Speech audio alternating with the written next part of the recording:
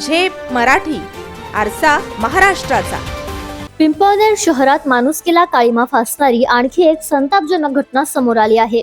घरगुती वादातून पतीनेच पत्नीवर धारदार शस्त्राने जीवघेणा हल्ला केल्याची धक्कादायक घटना उघडकीस आली आहे. या घटनेमुळे परिसरात भीतीचं वातावरण निर्माण झालंय. मिळालेल्या माहितीनुसार गोरख महाले या संशयित आरोपीने आपली पत्नी यशोदा हिच्यावर ती माहेरी एकटी असताना धारदार शस्त्राने हल्ला केला.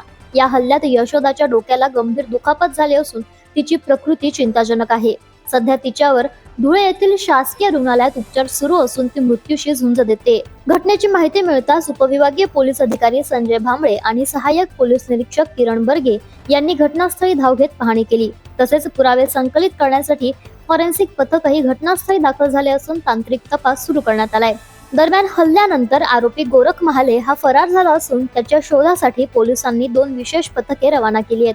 विशेष म्हणजे पिंपळनेर परिसरात गेल्या काही दिवसात घडलेली ही तिसरी गंभीर घटना असल्याने नागरिकांमध्ये चिंतेचं वातावरण निर्माण झालंय. अशाच वेगळ्या आणि ताज्या बातम्यांसाठी पाहत रहा झेप मराठी, आरसा महाराष्ट्राचा. संपादक प्राध्यापक अनिल चव्हाण, धुळे.